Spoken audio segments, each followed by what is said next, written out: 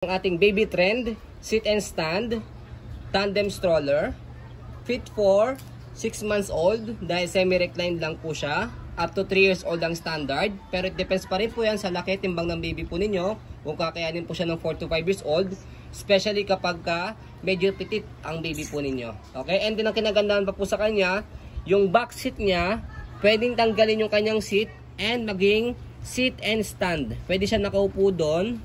7 years old kaya. Mamaya namin, or nakatayo. Okay, pwede siya hanggang 7 or to 8 years old. Ayan. So already washed na po ito. Yan. And ready to use na. Nalinis na rin po namin. Kaya less hassle na lang po sa inyo. Bibili nyo na lang po siya. Okay? Ito pa yung details ng stroller natin one by one. Bibili niya na siya. So ito yung kanyang canopy. Touch po siya ng black and pink. And may white dito. Ayan. Wala po siyang faded. Wala siyang discoloration. Sa pag-fold sa kanya, ganyan. Okay? Ito yung kanyang pagkakaupo. Ang kinaganda sa kanya, flatten siya. Compare sa mga normal stroller, medyo naka-semi-reclined. Ayan. And then, para i-semi-recline siya, dito sa likod, may bakal dito ito. Para i-adjust siya. Angat nyo lang siya. Ayan. Para medyo naka-slant naman siya. Pag medyo nakakatulog or nakatulog yung baby po ninyo. Comfortable pa rin siya dahil, ang kinaganda pa sa kanya, malapad. Ayan. Okay? So, pagka ibabalik nyo siya, yung bakal lang ulit, angat nyo lang ulit yan. Okay? As you can see, meron siyang dalawang butas dito. Pwede nyo siyang i-adjust depende po sa laki ng baby po ninyo. Okay? Next natin sa kanyang belt lock, heavy duty. Yan, wala siyang putol. Heavy duty siya. Okay? So next natin, ang kinagandahan pa kay baby trend sa ibang mga tandem stroller, wala siyang ganitong table, front table. Siya meron, may tray. May lagay ng water, may lagay ng pagkain. Kung nagsi-cellphone yung anak nyo, pwede nakalagay dyan yung cellphone. And then, pwede siya i-bend. Yan. Press nyo rito left and right side. Bend nyo siyang ganyan. Okay? Pag di gagamitin. Okay? So, next natin. Yan. Yung kanyang back seat. Yan.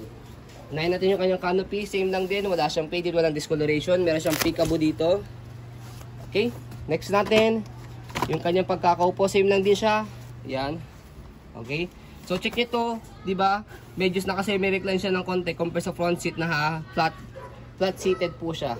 Okay? Pagka naka-semi-recline, dito siya ina-adjust sa likod. Ito. I-press niyo po ito and then pull down. Yan. Okay, as you can see, yan. Halos ano siya? Ilan to? Mga 45, tama ba? 45 degree. Yung kanya semi-reclined. Belt lock, wala po siyang putol. Same din. Heavy duty. Ayan. Okay? And then, sa pagtanggal po nitong upuan na to, madali lang siya. May guide naman siya kahit hindi nyo na i-check sa YouTube. So, turo na rin po namin. Dito sa ilalim, meron kayo dito dalawa tatanggalin. Ayan. Hindi naman siya di-screw. Tatanggalin nyo lang siyang ganyan. Dalawa dyan. And then, next naman, dito sa likod, ayan, may bakal dito, hindi rin kailangan ng screw, makikita nyo, tatanggalin nyo lang din yan, pati dito sa kabila, yan, and then, same lang din, sa ilalim din dito, dalawa, yan, so yun lang, after that, pwede nyo na matanggal yan, and then yung canopy, itong canopy sa pagtanggal nitong bakal, pati itong canopy, yan, screw lang dito, okay, tapos, dito, strap lang siya. And then, ito namang bakal dito. Ayan, pipress nyo lang po ito. Tanggal na siya. Kaya, napakadali lang pagka natanggalin nyo po yan, yung back seat nya. Pag lumaki na po yung baby po ninyo. Okay, for example, ang baby po ninyo is kambal, 6 months old na po, 6 months na po sila. And then, and then, nasundan po ng, and then, meron kayong panganay, mga around 5 years old, 6 years old. So, yung isa ay na masyadong mag-stroller. So, yung panganay, pwede na rito. Okay? So, kaya napaka-helpful nitong stroller na to. May stand siya dyan, may tungtungan. Hindi lang siya pangkambal, kundi kahit malayong age. Kahit 6 months old, and then 7 years old, 6 years old, pwede. Okay? And then, next natin, again, meron siyang front table dito. Ayan. So, next natin, yung kanyang body frame sa left side.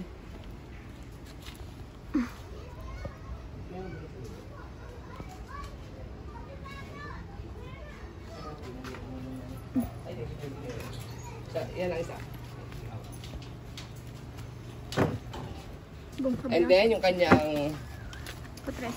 footrest, and then yung gulong sa harapan. So, ito naaangat ito pagka finold. Yan. Yan, pag finold, mamaya.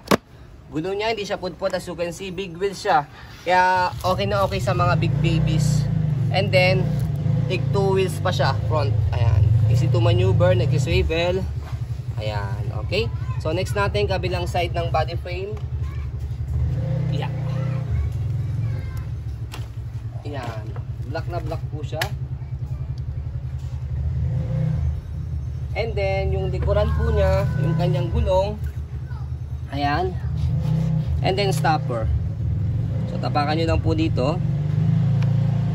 Dalawa. Okay. And then, itong stand na to, tapakan po siya. Okay? Sit and stand. Pagka naka-sit and stand po yung baby po ninyo. Ayan. Okay? So, stroll natin muna bago natin siya i-fold. Handle. By the way, ito yung kanyang handle. Sa handle, double check natin kung meron siya issue. So, ito lang, yung maliit lang, dense lang. Yung maliit lang talaga siya. Hindi siya pangit. Okay? So, kahit sa aming maselang seller, yan, recommended. Yan, recommended namin, pwede rin po sa maselang mga buyer. Ang kinagandaan pa lalo sa kanya, bukod kay mga babies po ninyo, meron siyang tray, meron din dito kay parents. For example, yan, mag-Starbucks kayo. May lagayan dito, mag-asawa. May lagayan pa ng cellphone dito or crackers. Ayan. Even tissue, meron din dito. Ayan. Okay? So, stroll muna natin bago natin siya i-fold.